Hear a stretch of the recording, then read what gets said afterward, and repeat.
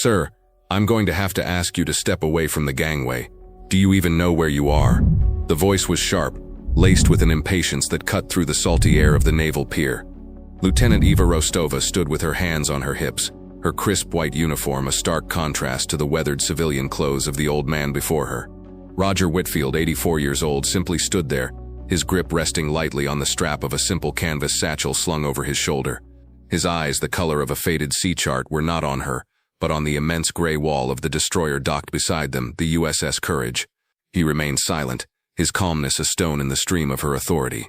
Her fellow officer, a young ensign, shifted his weight, looking from her to the old man with a flicker of unease. "Ma'am?" he prompted. Rostova's jaw tightened. "License and registration," she commanded, her voice dropping to a low official tone, though the request made little sense for a man on foot. Some form of valid government identification. Now, she wanted compliance. She wanted this strange, silent old man to shrink, to apologize, to leave. He did none of those things. He simply looked at her, his expression unreadable, and slowly, deliberately, reached into his worn leather wallet. The tension on the pier was a palpable thing, a tightening cord of salt air, diesel fumes, and unspoken frustration. Lieutenant Rostova tapped a perfectly manicured nail against the clipboard she held, the rhythmic click a metronome for her dwindling patience. Roger Whitfield handed her his identification, a veteran's card, the plastic yellowed in the photo a ghost of a much younger man. She held it between her thumb and forefinger as if it were a soiled piece of evidence. "This is not valid for base access, sir. It's a veteran ID and an old one at that.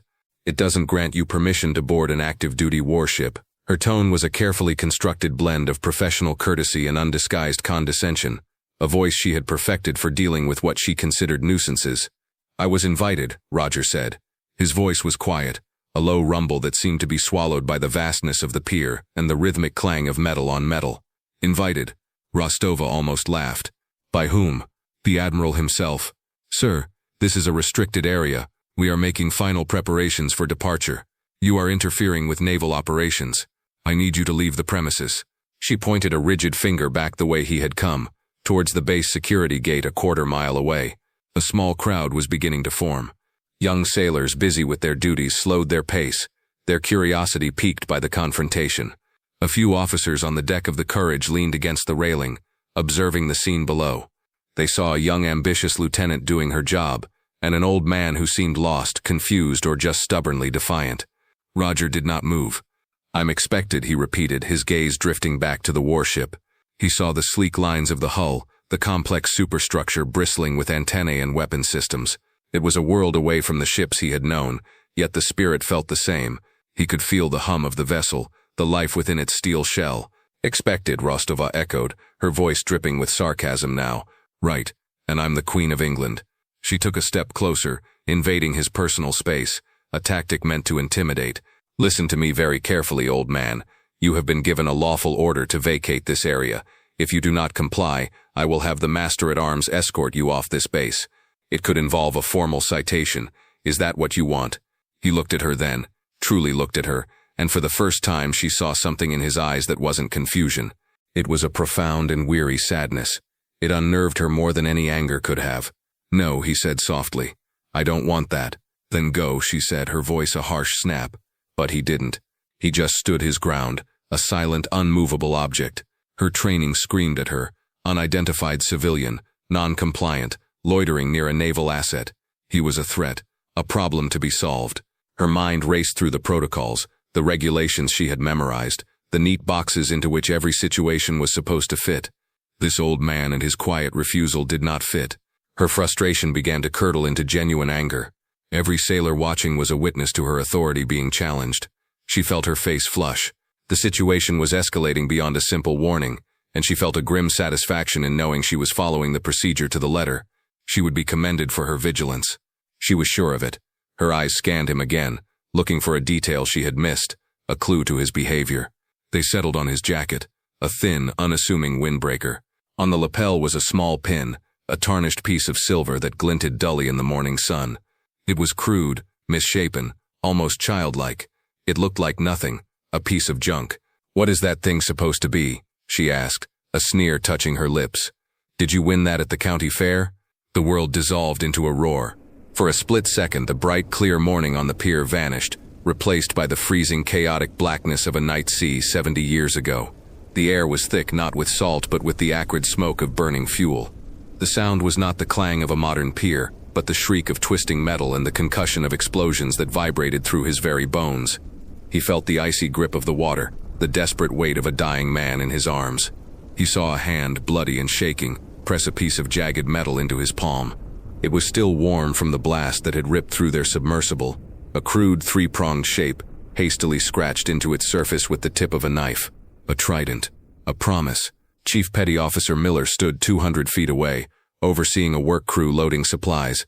He had been watching the exchange for the last 5 minutes, a knot of unease tightening in his stomach. He knew Lieutenant Rostova.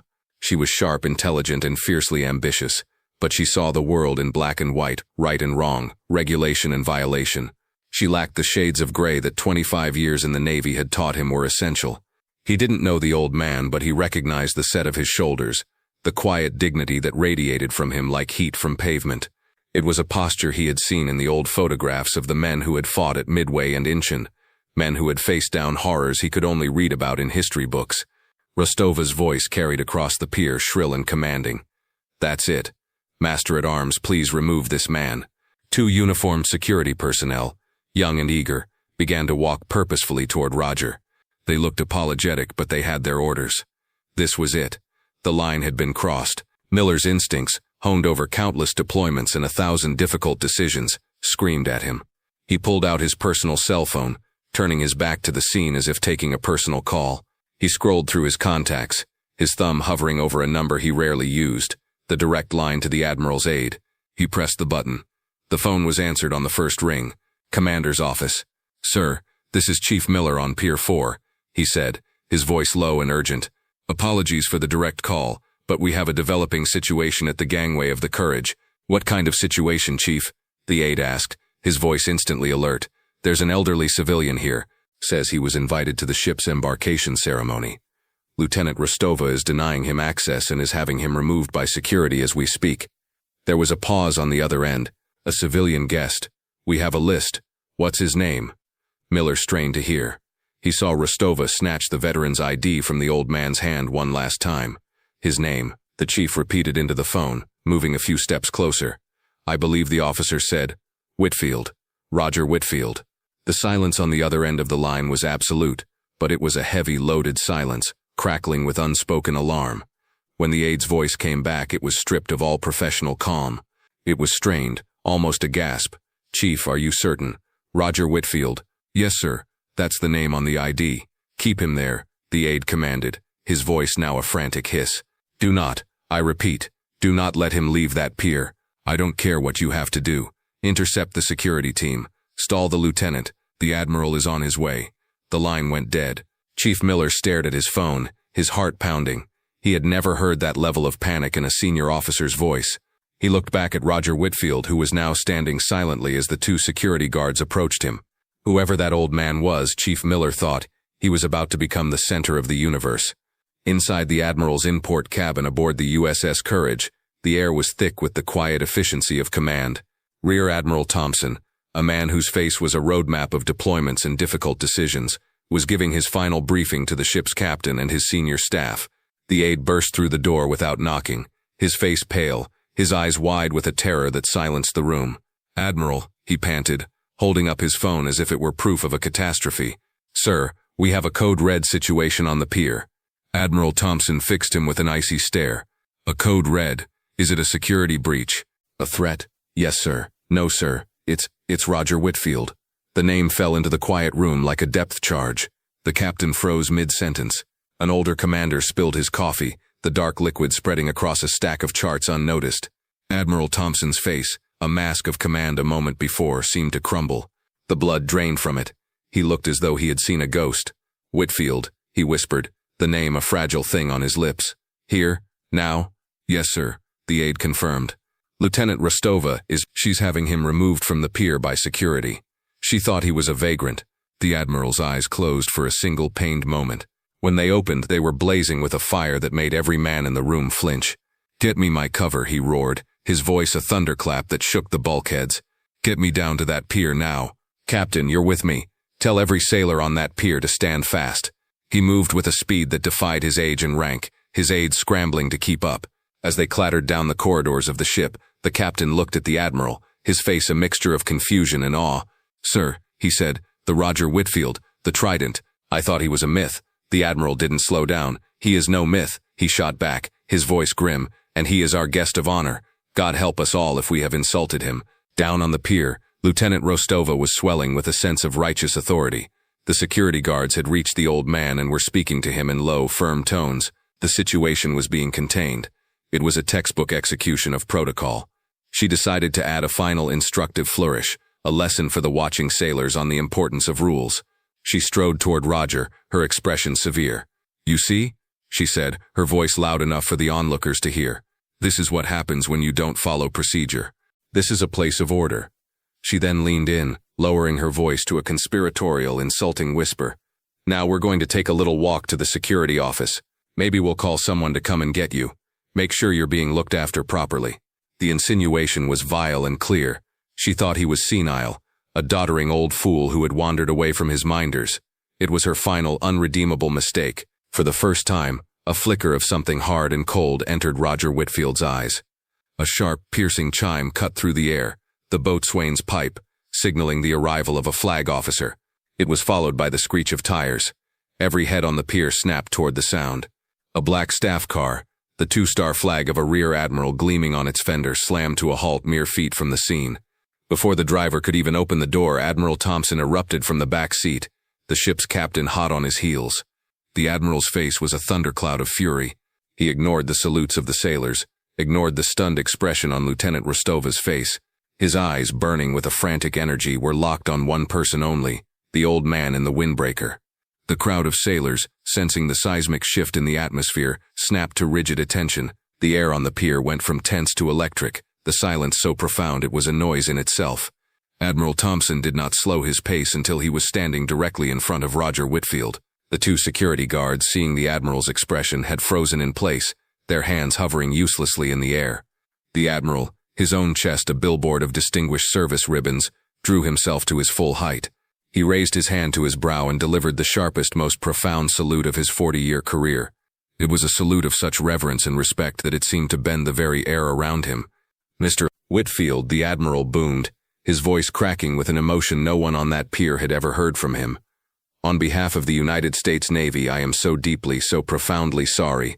It is the highest honor to have you with us today." He held the salute, his arm rigid, his eyes locked on Roger's. For a long moment, Roger just looked at him. Then slowly he gave a short, almost imperceptible nod of acknowledgement. The admiral dropped his salute but did not move. He turned his head slightly, his gaze sweeping over the assembled sailors, the ship's officers, and finally, settling with the weight of an anchor on the ashen, horrified face of Lieutenant Rostova. "For those of you who do not know," the admiral began, his voice now calm but carrying the force of a tidal wave, "let me tell you who you are looking at." He did not consult a file or an aide. He spoke from a place of legend, from the sacred history of the service. During the darkest days of the Korean War, a team of underwater demolition specialists was sent on a mission of impossible odds. Their target was a series of submerged mines blocking the port at Wonsan, preventing a crucial amphibious landing. The mission was compromised.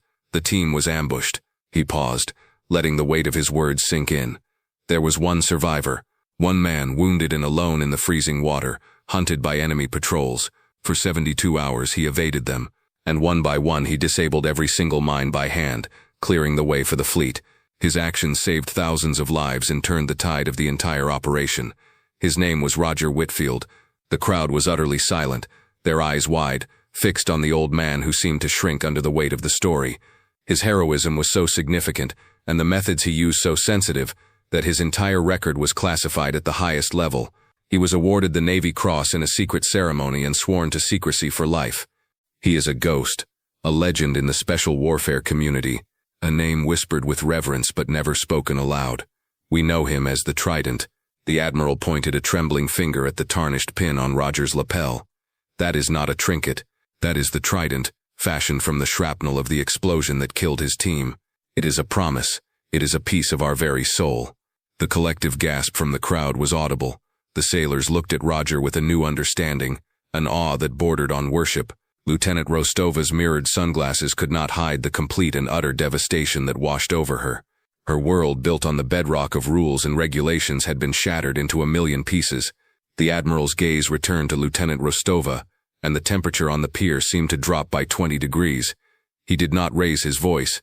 He did not have to. His words were quiet, precise, and each one landed like a perfectly aimed blow. "Lieutenant, my office, 0800 tomorrow. You will report in your service dress blues, and you will explain to me, in meticulous detail, why you believed your rigid interpretation of a peacetime access roster was more important than showing a modicum of respect to a man who embodies the very ideal this ship is named for." He gestured with his chin toward the ship's stern where the words USS Courage were painted in stark white letters. "You saw an old man in civilian clothes," the Admiral continued, his voice laced with a cold, hard fury. "You failed to see a giant. You have failed your ship, you have failed your fellow sailors, and you have failed the very core values of the United States Navy. You will be held accountable." He turned to gently guide Roger toward the gangway, a protective arm hovering around his shoulders. But Roger stopped him with a light touch on the arm. He turned back, his gaze falling upon the trembling, utterly broken young officer. He saw not the arrogant antagonist from moments before, but a scared, humiliated young woman. His voice, when he spoke, was devoid of anger. It was gentle, the voice of a grandfather. "Young lady," he said, and she flinched as if struck. "You were doing your job. Your duty was to protect your ship. That is a commendable instinct. Never lose it." He paused, and his eyes held hers. "But the book can't teach you everything. The regulations don't have a soul. Sometimes, you have to look past the uniform, or the lack of one, and see the person standing in front of you. Everyone has a story. Your job is to be wise enough to see that." As Roger spoke of seeing the person, not the uniform, his mind flashed back across the decades. The memory was sharp, painful, and crystal clear. He was 20 years old again, shivering on a black, windswept beach, the taste of blood and salt water in his mouth. He was cradling the head of his team leader, a man he had worshipped, a man now dying in his arms. The leader's hand, slick with blood, fumbled with a jagged piece of metal from a destroyed enemy torpedo. With his last ounce of strength, he used his knife to scratch a crude, three-pronged trident into the surface. He pressed the metal into Roger's freezing palm. "Don't let them forget us, kid," he whispered, his voice a rattling sigh. "Don't ever let them forget." Then his eyes went vacant, staring up at a sky he could no longer see. That promise was the source of his strength, the reason for his silence, the very core of the wisdom he now offered to the young officer who had seen him as nothing more than a problem. Roger Whitfield was received aboard the USS Courage not as a guest but as royalty. He was piped aboard with full honors, the crew lining the rails, their salutes unwavering, their eyes filled with a reverence that brought a sting to the old man's eyes. He spent the day at sea, the guest of the Admiral, telling stories not of war but of the men he had served with, their jokes, their fears, their humanity. For Lieutenant Rostova, the consequences were swift and severe. The meeting in the Admiral's office was the beginning of a formal reprimand that would become a permanent part of her record. Her once limitless career path was now irrevocably altered, a cautionary tale for ambitious young officers. More than that, the incident sent ripples through the entire command. The Whitfield Protocol was born, a new training mandate focused on veteran interaction, de-escalation, and learning to recognize the quiet dignity that often hides the most profound courage. The story became a staple of ethics classes at the Naval Academy, a lesson in the difference between following the rules and upholding the spirit of the service. Months later, on a quiet Tuesday afternoon, Eva Rostova, dressed in civilian clothes, pushed open the door to a local VFW post. The air inside smelled of stale beer, old coffee, and history. She saw him almost immediately, sitting at a corner table with 3 other elderly men, a half-empty coffee cup in his hands. He was laughing at something one of his friends had said. For a long moment she just stood there, her heart pounding. Then, taking a deep breath, she walked to the counter, ordered a coffee, and carried it over to his table. She set it down gently in front of him. "Mr. Whitfield," she said, her voice barely a whisper. The men at the table fell silent. He looked up, and the hardness she remembered from the pier was gone, replaced by a welcoming calm. He recognized her instantly, but there was no judgment in his eyes. "I just wanted to say thank you," she managed to say. He looked at her for a moment, then a small smile touched his lips. He gestured to the empty chair at the table. "Sit down, Lieutenant," he said warmly. "Tell me your story." Roger Whitfield's story reminds us that heroes do not always wear their valor on their sleeves. For more stories of unassuming courage, like, share, and subscribe to Veteran Valor. Join us in honoring those who served in silence.